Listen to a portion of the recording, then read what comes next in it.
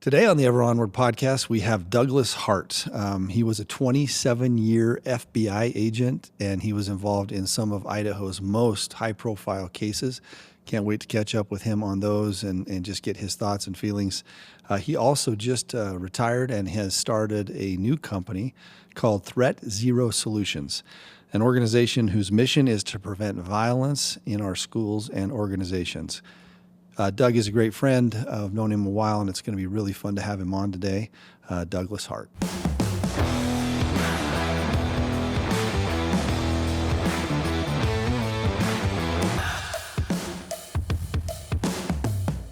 Doug, this is a lot better circumstances than the last time I saw you. Yeah. I'd never been to the FBI office before. You hadn't? No, I was scared to death. I'm going to tell the story. It'll be a heck of a way to start this podcast. All right. Very good. So you were with the FBI for 27 years, right? Correct. And I got some threatening emails. Yeah. And I came in and you were so awesome. You reassured me. Oh, thank you. You're like, hey, it was really, really good. Yeah. At the time, it was really serious. We were pretty freaked out, and my wife was freaked out. Yeah. My family was freaked out, and you were like, hey, listen, here's how this thing goes, and you're going to be okay. So Yeah. thanks for that. You're welcome. It's been a while. Now you've retired. Well, for 5 days, and then started with, I'm currently the chief deputy for the Canyon County Sheriff's Office. Oh, I didn't know that. Yeah. So I'm still full-time in I didn't know that. in law enforcement. I thought you were off doing this new business, and that's what you were doing full time. But you're still working. I'm doing both. Doing both. So the sheriff has been wonderful. When I was with the FBI, there's absolutely no outside employment. In this current job, I have some freedom to do things outside of the sheriff's office, and so. Well, they probably love you there. Has that been good? It's been great. Absolutely love it. It's a great organization, wonderful people, and a lot of innovation the past couple of years. I've been there for 2 years now, and it's just the sheriff is currently the president of the National Sheriff's Association, which is the first time in the 84 history of that organization. 84-year history. He's a cool guy. Yeah. He? So he's just a cowboy, really. Yeah. He pretends to be a law enforcement guy. So it's been great, and then we when I left the FBI, I founded this company, Threat Zero Solutions. So I'm pretty busy doing both. Hey, I can't wait to talk to you about the new company and Yeah. all things that. But we got to start. 27 years in the FBI. Yes. How was that? I loved it. I love the profession of law enforcement. Wonderful people. FBI's become politicized, which it shouldn't be. But for your average agent on the street, that's not, all the frustrations that are felt with the politicization of. How did that happen? Because did it used to not be that way? I think it happened. You were there, so 27. Yeah. 27 years, 2 years out. So go back 3 decades. Yeah. When you first went in, it probably was the furthest thing from your mind. Correct. When I first came in, that was before 9/11. Our criminal programs were the primary focus of the FBI. Subsequent to 9/11, then terrorism and national security, rightfully so, rose to the fore. So before that, you said that quickly, but so that's 9/11, 20 years ago. So your first 10 years, what did you spend most of your time? Drugs and violent crime. Okay, drugs and violent crime. Yeah. And where were you stationed during that? First office was in Honolulu, Hawaii. Okay. And then. It's not a bad place. No. And then I wanted something different, so I took what's called an Indian country assignment. So I transferred to Lewiston, Idaho. Oh. And spent the next 7 years working on the Nez Perce Indian Reservation. I didn't know that. Yeah, working homicides and rapes and assaults and arsons and every, And that was out of Lewiston. Yeah, 2-man office. So just nice people up there, right? Yeah. I got to spend a lot of time with the tribe when I ran for governor, and it was really fun getting to know a bunch of people. I really, I loved my time. I spent 7 years on the Nez Perce Indian Reservation. Did a little bit of work on the Coeur d'Alene Reservation, been to Duck Valley multiple times, and then when I was the supervisor, I supervised our Pocatello office, which was the Fort Hall Indian Reservation. So I've worked a lot with the Shoban tribes and responded to a lot of crime over on the Fort Hall Indian Reservation. So I really liked working with the tribes. That's really great. Did they see you as a friendly, or how was that like? How was that interaction with the different tribes? The interaction with the tribal law enforcement was wonderful. The communities, it's a mixed, when you're advocating for a victim that they know, then you're their friend. When you're investigating somebody that they know, law enforcement it's a different environment on the Indian reservations, but we made it work and had a lot of very good experiences working a lot of very difficult crimes. Oh, that's amazing. So sorry, I'm gonna like take you off. I'm gonna take you off on a bunch of tangents. Yeah. So first 10 years was kind of violent crimes, drugs, and then then it became, the FBI became more. You have 9/11, and then the world changes. Yeah. And so that's the next big shift. Yeah. Still not politicized though, right? No, not nearly as much. I mean, it was really as we were getting into Hillary Clinton and some of the things that happened there, associated with major investigations centered around Deleted emails, but also elections, and so it's a really difficult. I had nothing to do with those, and I think that's what people need to understand is that occurred at very, very high levels of the FBI with a very select number of people. A lot of them, lost their jobs over it.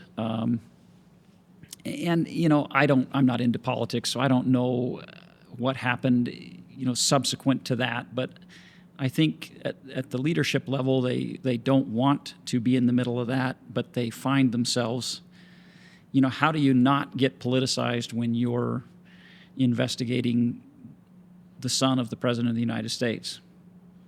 It's going to get political. It's going to get political. Yeah. So, but I think the point is, for your average agent, it's just not, right? It's just not. So you were in Lewiston, and then where was your next stop? Because where were you kind of during this change from being not political to political? Because at some point you ended up in Boise, right? Leaving. Yeah, I transferred to Boise in 2008, okay. And I spent 7 years running the Treasure Valley Metro Violent Crime Task Force, which is a multi-agency. It's an FBI-led violent crime task force. So, back in the early 2000s, the gang problem in Canyon County was pretty significant. That's where the task force is headquartered. And so we had 10 different agencies represented full-time on the task force.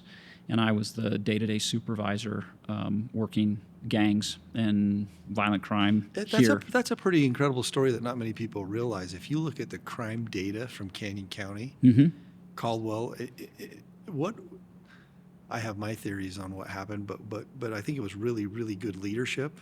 Yeah. I think you had some great city leadership. I think you had some great law enforcement leadership. You had a YMCA that went out there. Sure. You had some community activism that's like, hey, we're not going to do this anymore with good law enforcement. But it's a great story that doesn't get told. Yeah. It was a wonderful collaborative effort that I think demonstrates how we can solve societal problems and have an impact. And so, Idaho made national news back in the 2004 timeframe for the level of gang violence that was going on in Canyon County. In 2006. City of Nampa had, I think, 211 reported drive-by shootings. In 2012, they had 3. Yeah. So, when people get together in a collaborative way and say, let's address a problem. You look back at the data, and it's like, what happened here? Right. Because it went from like nation leading statistics all over the news to like nothing. Yeah. Yeah. and pretty much has stayed relatively low, right? It's creeping back up. A lot of the people who were really problematic that were sent to prison back. they're back, and so we're having a bit of a resurgence, not nearly like it used to be, and we still have very good leadership within the various police departments that are in the cities within Canyon County as well as in Ada County.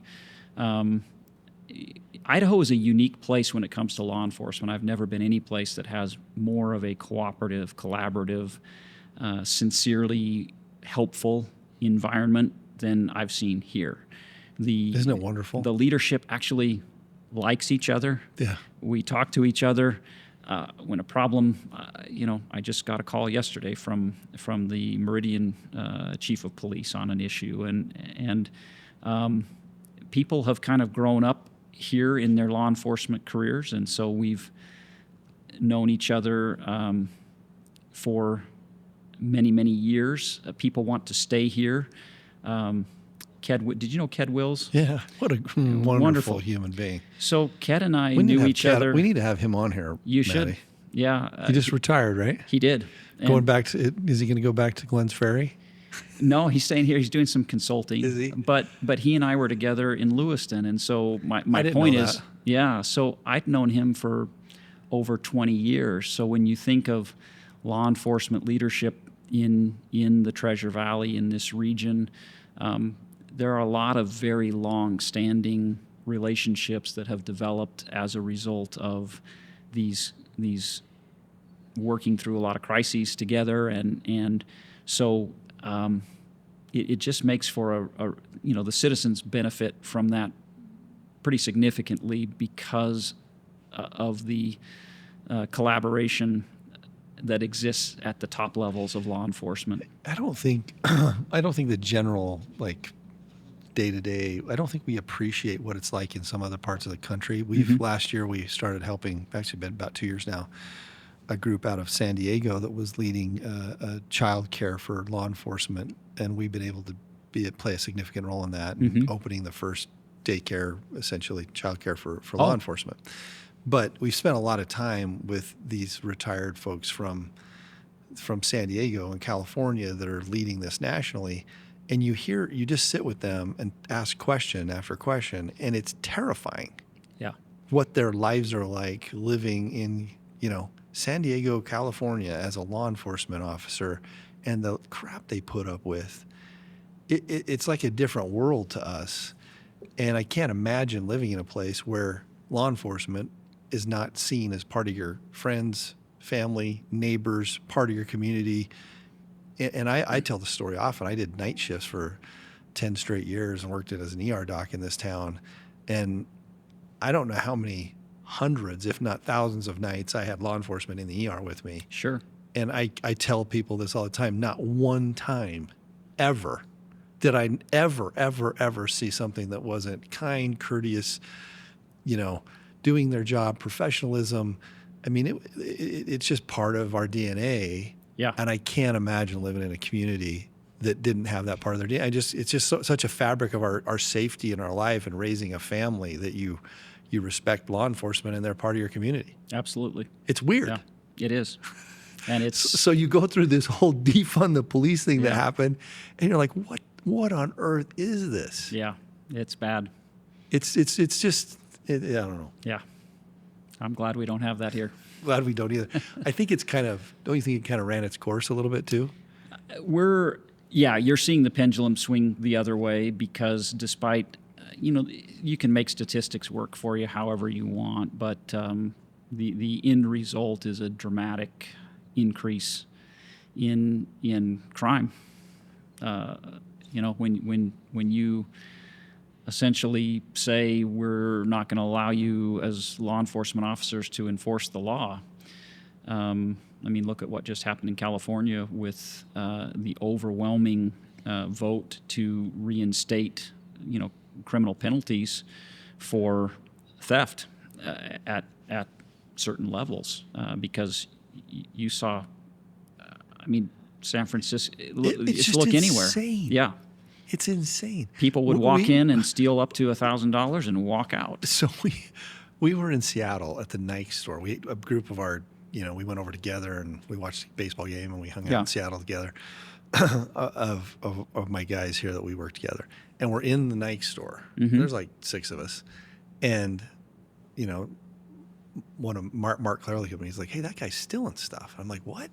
And I honestly, we all sat and watched him walk around to each of the racks, pick his size, and throw the item over his shoulder, probably 20 items. So we went and grabbed the worker there and said, "Hey, he's gonna steal he's stealing." They're like, "Yeah, this happens all the time." We're like, "What do you mean it happens all the time?" Watched him go around the entire store and then said, "You're not," he's like, "No, it's our corporate policy not to do anything." And I said, "Well, don't you call the police?" And they're like, "Well, they wouldn't come anyway because it's not something that they respond to." Yeah. I'm like, "Wait a minute." And sure enough, he finished. He walked out of the store and left. Yeah. And they don't even file a report. Yeah. They don't report it. Exactly. I mean, that's not America. No. We're a nation of laws, and the laws need to be enforced. Hey, I'm going to ask you all these other questions before we Sure. get into some other stuff. But tell me, I listened to a fascinating podcast the other day, and it was 2 guys that were very responsible for the Oregon laws on drugs. Mm-hmm. So back in the day, these guys were Californians, and they were very instrumental in passing the law. And listening to the history behind it was fascinating because the thesis was, hey, if you go to Portugal and they don't have, they decriminalized all drugs, then there's no reason for people to do, unlawful things, and everything's going to be great, and it's going to be like visiting Portugal. And they do it over in Oregon, and it's been a disaster. And so listening to the guys that actually helped push that legislation, it wasn't that long ago. I think it was 2020, if I'm trying to remember here, but I think it wasn't too long ago, and it's already failed miserably. Oh, yeah. Like horrifically bad. Yeah. That's our border, though. Yeah. How has that impacted Idaho with the decriminalization? And now I think they're unwinding things as fast as they can over there because they realize they're destroying their communities. But did you see an impact on that? Oh, yeah. And you bring up a good point, because I think that people should look at that and say, how did, we tried an experiment, how did it work? And it was a disastrous failure. One of my frustrations is when Oregon legalized marijuana, there's no, I don't know how a state can simply choose to take a drug and legalize it. I don't know if you're aware, and I should preface this with, I think these are the correct statistics, but you can check with the state of Oregon, or with the high intensity drug trafficking area organization in Oregon. But Oregon produces 250 times more marijuana than they consume. Yeah. 250. So where does it go? It goes all over the nation. So how does one state say, we're making a decision to legalize this drug, and we're going to? So yeah, it looks like he's pulling some stuff up. Pull some statistics up. But they, Oregon marijuana is all over the entire nation. So how do they get to make that decision unilaterally that impacts the rest of the country? And that's no different for Colorado or Washington or wherever else. So the other fascinating thing that was on this thing, because these guys were very remember, they were pro-drug early, but they even said when we legalized, we should have regulated, because the other thing that's happening is it would be like going from prohibition and then legalizing alcohol and then saying alcohol can be whatever percentage you want, sold anywhere you want, whatever. Yeah. So that the amount of THC that is in the products that are being sold is also through the roof, because what they're trying to do is get addiction immediately to these things. So it's not like the old days where, hey, you were smoking a joint or whatever that had this much THC. These products are loaded with THC. Right.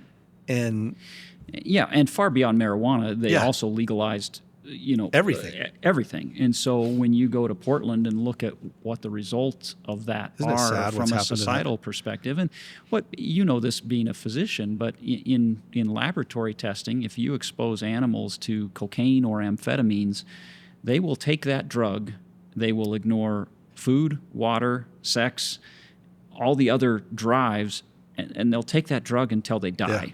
So to simply say we're going to unleash all of these things and society will be better for it because then Well, then the government or private entities become the drug distributors. Yeah. If you don't think the cartels would jump into that, you're very naive. And the substances we're dealing with now, the amount of drug overdose deaths is approaching over 110,000 deaths per year in the United States, which has doubled in a very short period of time. Fentanyl is everywhere, Yeah. and it's killing people at a rate that's just truly unbelievable. And so the other thing I keep bringing this back up, but they talk about what was going on in the Tenderloin district in San Francisco. So they would actually have billboards that were put up that said, "Hey, do drugs with friends," right? Their whole thing was, "Hey, it's not that you're doing fentanyl and heroin. It's that you're doing it alone. Are you kidding me? Are you kidding me?" And then they realized there was a lawsuit filed by the residents of the Tenderloin district saying, "Get this stuff out of here." It's just, so I think the social experiment failed Yeah.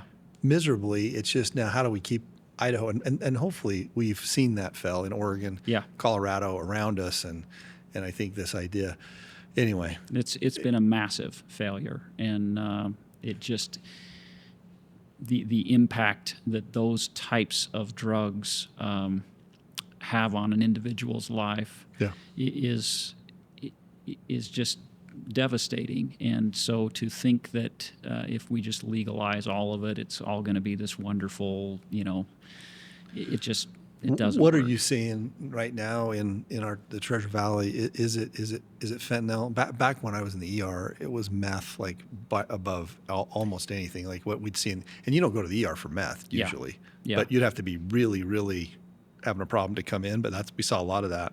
Yeah, it's meth and fentanyl. Yeah. Meth was king for a long, long time. Fentanyl is everywhere. We seize thousands and thousands of pills on a regular. That is so insane to me because it is so potent. Yeah, we just the task force had a traffic stop a couple of weeks ago, seized 17,000 pills, and so the DEA estimates that 6 out of 10 fentanyl pills contain a potentially lethal dosage. Now, for somebody who's accustomed to opiates, that's probably not. But if you or I were to sit here with 10 fentanyl pills... So a little bit of what happens is like the opiate receptor, right? It's called a mu receptor, upregulates very quickly. So if you started with a couple of Percocet and you kept taking Percocet every day, you just need more and more and more. And those people, when they'd come in the ER, if you gave them one dose of Narcan, someone that was addicted, they would go ballistic because their cells are just chock full of all of this mu receptors, and they would go crazy. But the issue with Narcan is it has a very short half-life too. Yeah. So the other thing is that people are using Narcan because you can get it now, but the half-life of Narcan is very much shorter than an opiate, so they're back in trouble again. But the point is, the dependency happens quickly. Yes. And so you got these people that are addicts that are dependent that can take 2 or 3 or 4 pills or an injection or whatever. And then you get a newcomer that doesn't have that. It's lethal. Exactly. Right? And that's the problem. Well, and they're not, Pfizer's not making this stuff. It's, it's all coming from Mexican cartels, and their quality control is questionable. Have you seen, with the border being basically wide open, that's part of the problem, right? It's a huge part of the problem. Right. Yeah. Gosh, can we talk? Well, we can't get into anything positive yet because I got a couple more. Okay. Doug, you were part of some of the biggest cases in Idaho, and I don't know how much you can talk about them, but you were part of the Shasta and Dylan Groene, right? Groene. Yeah. Horrible case. That's the worst one I've worked. Worst one, right? Yeah. Horrific. Yes. And how do you deal with some of that? Because the other one, I'm going to talk about both of them, and then you can kind of talk about it. But you were the Lori Vallow and Chad Daybell. You were one of the leads on that, right? Yeah. Horrific. Yes. Yeah. How do you? Well, first of all, how do you see something like that? These are 2 very high-profile cases in Idaho, but what people can do to other people is just shocking. In the Vallow case, it was their children, right? Yeah.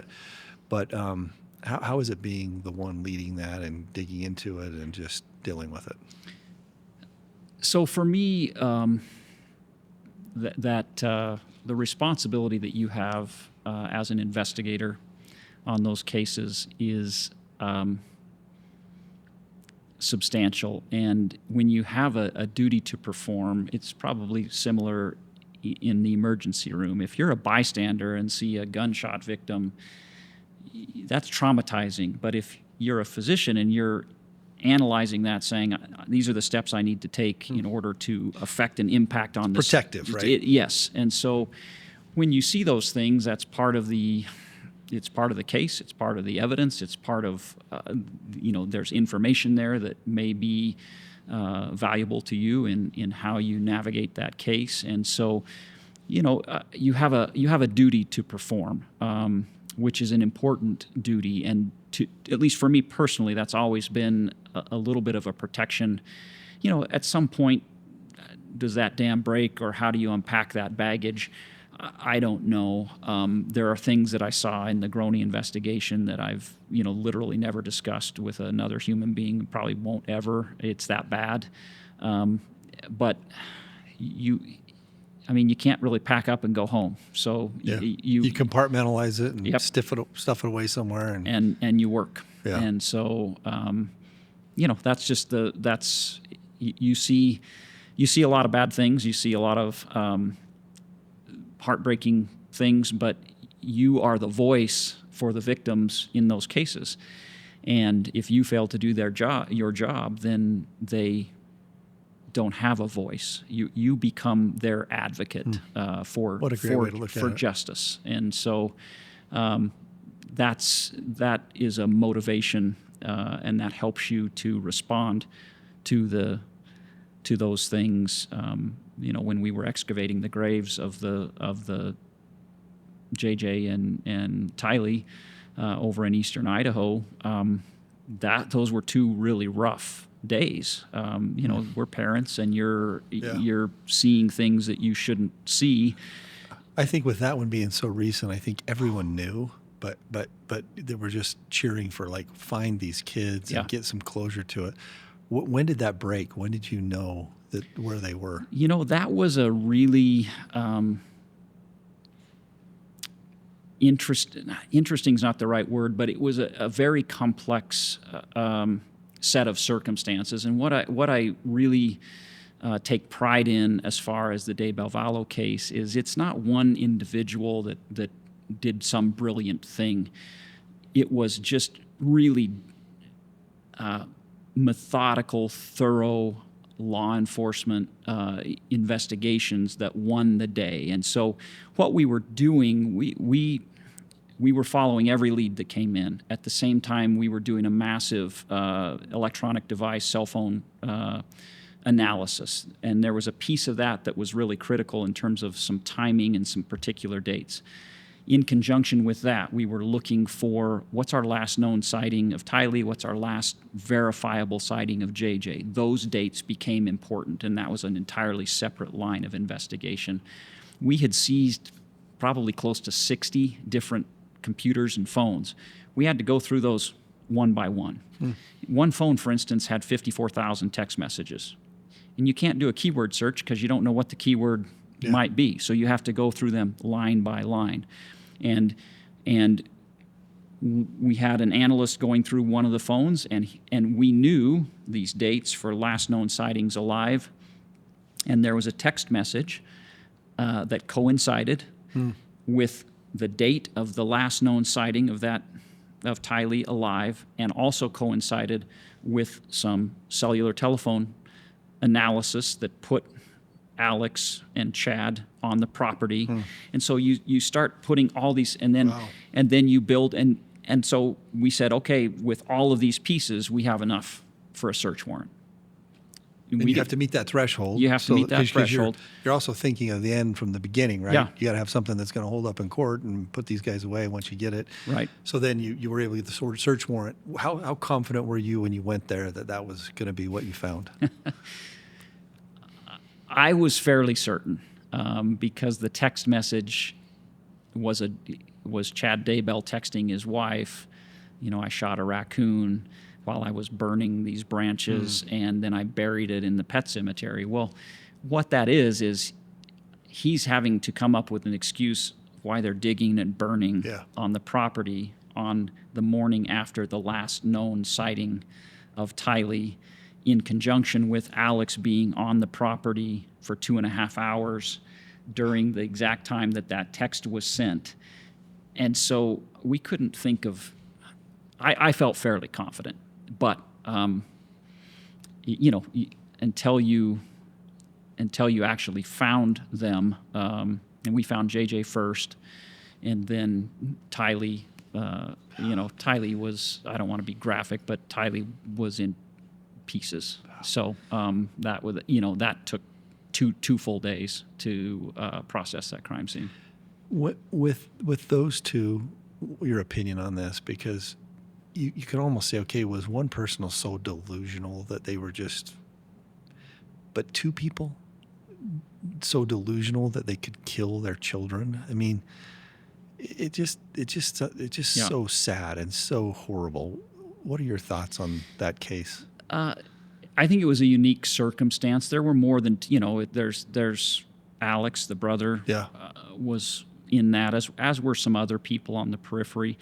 I think Chad Daybell was the driver of that, and there were people of the LDS faith who were looking at some very extreme, content that these groups were putting out, and wanted to believe in some of these things that are very, very far-reaching. And so, and Lori was one of those. And so I think, I think for Chad, he saw it as his way to manipulate that process and get what he wanted in terms of, he wanted Lori.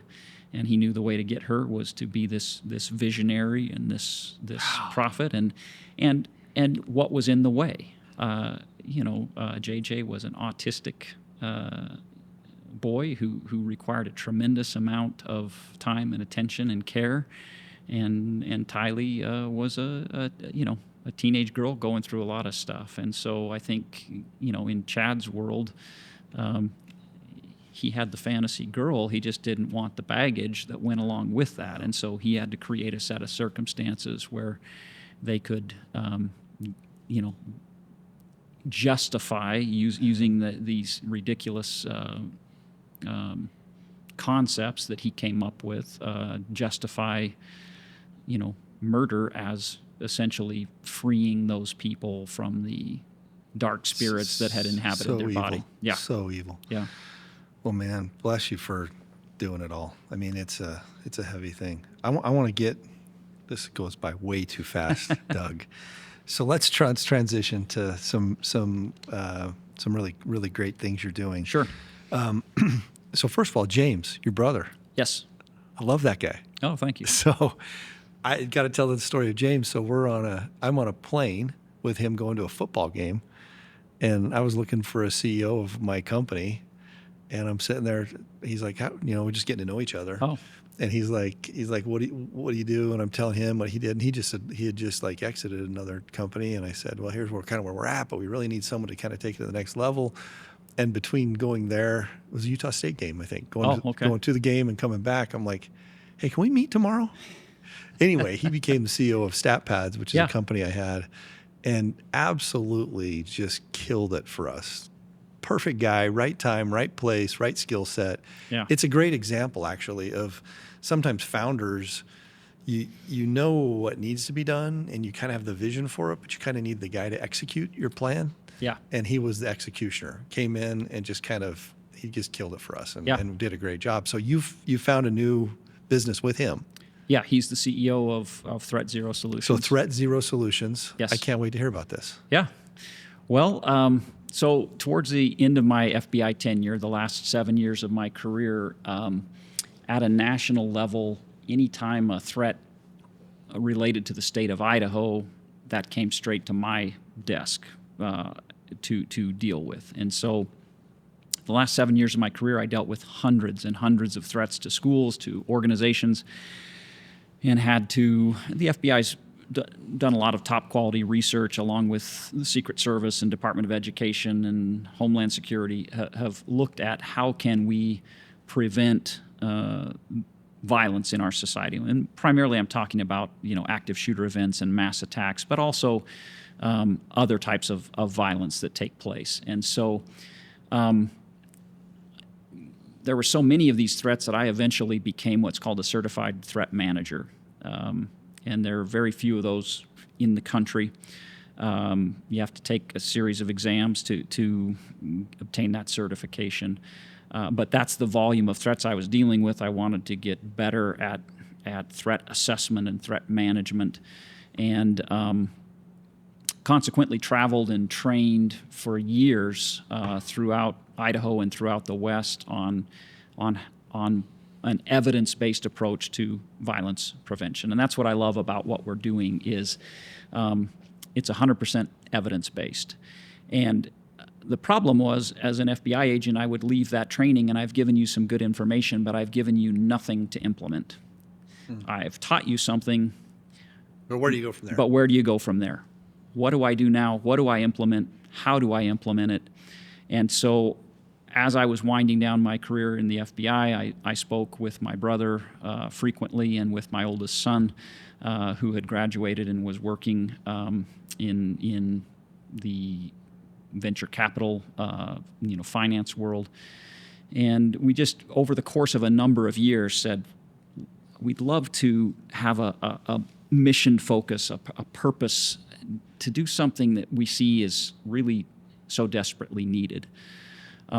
As you're probably aware, this year is the 25th anniversary of Columbine. Yeah. And so at Columbine, there's a plaque that says it brought the nation to our knees, but now that we've gotten back up, what have we learned and how have things changed?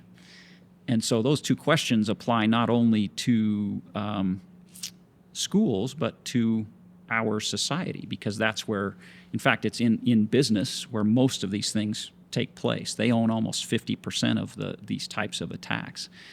And the answer to that question, what have we learned? We've learned a tremendous amount, but how have things changed? I'll show you this that I brought. I mean, this is the trend line since that time. So the answer to how have things changed is... That's 25 years right there. Yeah. I mean, look at that trend line. Yeah. And so I'm not a fear monger. My message is one of hope and control, that we have the ability to impact these things, but unfortunately the lessons learned have largely been ignored. And so that's what Threat Zero Solutions is about, is we've taken all of this research, we've distilled it down into its critical elements, and we've put it in a format for organizations and for schools to be able to implement a very easy training program to make their... What's your website? I want to walk through this. It's called threatzero.org. Okay, here we go. So prevent violence with Threat Zero. And how do people learn more? Because this seems like this is, again, big societal problems we have. Huge. Like Yeah. safety of our kids in school, big deal. Yeah. And a lot of talk, a lot of chatter, a lot of, Yeah. hey, we need to do something much harder to say, okay, what do we do? What's the next step? So walk us through this. Well, what we know is that this type of violence is preceded by what we call observable pre-attack behaviors or indicators. And it's many months, often years in advance of somebody acting violently. So if I can tell you what the behaviors are, I can tell you how far in advance of an attack or a violent act they occur, I can tell you who observes those behaviors, then I've given you the ability to... I'm not naive. We're not going to prevent all of these, but a very large number could be prevented. We know that in the schools, 100% of the students who commit these atrocities observe or display these behaviors. It's slightly less when we go to the rest of society, but it's 89%. So even in the workplace, in government, in the other sectors of society where these things take place, 89% of the time, those behaviors are present. And these are behaviors that should elicit immediate concern. They're not subtle behaviors. But here's the key thing. We can't expect people to do what they're not trained to do. And so we need to make people aware of what these behaviors are. And that's the training program that we've created. And then the second piece is you have to give people a mechanism to share those concerns, to report those behaviors. Most organizations today have no formal reporting mechanism. Yeah. Like if your employee sees something that's concerning, What do you do with it? what do you do with it? So we built that. And then lastly, depending on the size of the organization and the security posture, the science of behavioral threat assessment, you need to have some guidance and some structure and some expertise. So we built a digital threat assessment tool to walk someone, if a person of concern is brought to their attention, we have a process in place that they can do all of that. That sounds. So it's an all-inclusive solution, and we've had some amazing success stories that I think demonstrate why an evidence-based approach is where we should be paying attention. And so we've had organizations that are using this. We just had one about 6 weeks ago. They noticed it's a video-based training. It's 3 to 5 minutes. Basically 5 minutes a month is all it takes, month by month, to get your folks So again, trained going up. through your algorithm. So it's knowledge first. Yes. So it's training that's easy to get to, but Yes. hey, this may be something that may or may not be intuitive to you. I'm going to train you so you Yes, have it. exactly. Then a reporting mechanism, and Yes. then a A tool tool to come assess. in and help. Right? Yeah. And so those trainings are different for schools. We actually, one of the things that's unique about us is we developed a student. We know 92% of the time it's students who see the behavior, 94% of the time it's at school. But we ignore the students. So we created a monthly training for students. We created a monthly training for staff and teachers. We even created a training for parents because they need to know about this as well. So we want the whole community to know about this. Similarly, on the organizational side, we want the employees are the eyes and ears of the org. You as the CEO are not going to see the behavior. But the employees are. But the employees will. And so we give them that training. And what we've seen, it's 5 minutes a month. You watch a short video on a critical behavior. We can take you to the published research for every video. But after one of our videos, one of the organizations using this had a person exhibit, some behaviors came to light. They subsequently called me. I'm kind of the phone-a-friend of all of this. And we walked through that, and I recommended that this is one case where a law enforcement response was needed. That's definitely not the case most of the time, but in some circumstances, that's what you need. Law enforcement got involved. They were able to seek a search warrant, and in executing the search warrant, they found a lot of very concerning materials as well as a written plan to commit an attack. A few weeks later, in a school, we got a call. Can you tell what state that was in? Oregon. Oregon. Yeah. A few weeks later, we got a call on. Here's the other thing: is we're sitting here in Meridian. Do you know in the Boise School District last year how many suicides they had? I don't. I should know. They had 7 student suicides in 7 weeks. Wow. And so self-harm, someone contemplating self-harm will also exhibit In a similar way. similar behavior. Same with if they're the victim of extreme bullying or harassment. On the corporate side, you can't imagine how many of these are driven by intimate partner violence and spillover of intimate partner violence into the workplace. And so this awareness piece is what's really critical and what's missing. And we had a student come forward and say, hey, based on what I've just been taught, this classmate of mine is contemplating suicide. And sure enough, they contacted that student, and student verified, yeah, I'm in a really bad place, and got him some services, and so it's no different than in the field of medicine. If you follow the evidence and the research. That's what leads you to the solutions. Whereas what we're doing in society now is misaligned, because well-intentioned people don't understand the evidence. They don't understand the problem. So let's take school safety, for instance. We're spending $3.5 billion a year in our country on school safety. Do you know where most of that goes? Not to this. It goes to physical Yeah. security. Well, 95% of school attacks take place in middle school and high school. And do you know who the perpetrators are? Currently enrolled students over 90% of the time. Yeah. So if we're spending all of our money on access control, physical security, It's coming from ballistic within. film, the threat is, Yeah. that's all wonderful for an external threat. Now, when we look at our elementary schools, it truly is an external threat. So I'm a big advocate of making our Yeah. elementary schools very, very Safe. hard, safe places from a physical security perspective, because it's an external threat. But when you move into middle school and high school, it's almost exclusively Internal. an internal threat, yet we're approaching it As an extra. as an external threat.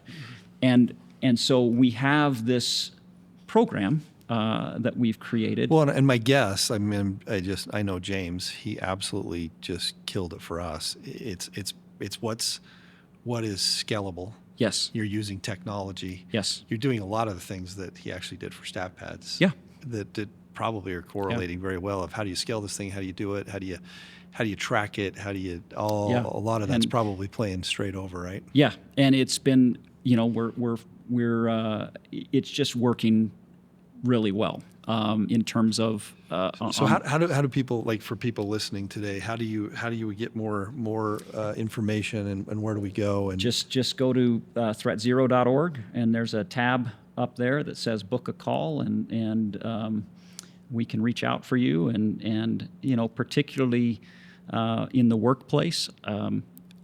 What I think is also a factor in this is there's a massive exposed liability. Sure. Because when you look at this in the workplace today, you can't say, I don't know about this. This isn't. It's preventable, or at least could be. Yeah, we call that foreseeability. Yeah. And so from a liability standpoint, one of the things that I do quite a bit of is I'm hired as an expert witness in violence cases to evaluate who's liable for these things. And so not only is this the right thing to do for the right reasons for your people, it gives them hope, it gives them control, it gives them a sense of ownership, a shared responsibility in their own safety, which is wonderful. Yeah. But as the leader of an organization, in this day and age, if you have nothing in place in terms of workplace violence prevention policy, workplace violence prevention training, then should you have an incident, the argument of I couldn't possibly see this happening doesn't exist in our society anymore. And so it's also an the right insurance thing to do, program. but it's also an insurance policy. Yes. Yeah. And so your the businesses you serve, any business, Any and then business. school districts. That's your We're thing. doing schools, municipalities, and organizations, and we have great solutions. If you're in the retail space, we have really good solutions. If you're in the, we call it businesses that are generally closed to pedestrian traffic, so manufacturing industry, any organization that has employees should have something in place. And what's interesting is it's actually starting to be legislated. So not that we want to follow California, but California put in legislation that every company had to have a written workplace violence prevention policy. We expect Oregon and Washington to follow suit. New York State also implemented that. I don't know if that'll come and touch Idaho. I don't believe it needs to be legislated. I'm certainly not an advocate for that. But my point is, finally, after decades of seeing this kind of violence, you have some people saying we've got to pay attention to this. And I would hope that we wouldn't need to look for a legislative solution, but that we would recognize that. But there haven't been a lot of solutions. And super compelling on so many fronts because of, I'd already thought of, because I've talked to James a little about the prevention for workplace violence and school safety, but I hadn't thought about the suicide thing. Oh yeah. And how correlated they probably are on a lot of those same evaluations and warning signs. So you're really saving lives in two different ways, and you're doing the right thing. And well, let's take the statistics right now indicate that 1 in 2 women and 2 in 5 men will be victims of domestic violence at some point in their lives. You have over 16 million domestic violent incidents in the U.S. per year.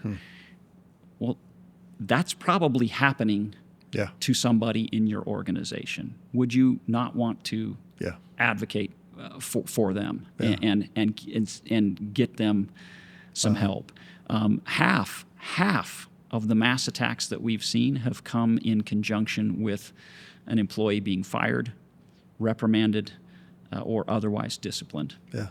So how many organizations end up terminating people in the course of their of operating their businesses? That happens a lot. And so I'm just saying that there are great answers to a lot of the worries and concerns that both schools and organizations have that are, I'll keep saying it, 100% evidence-based.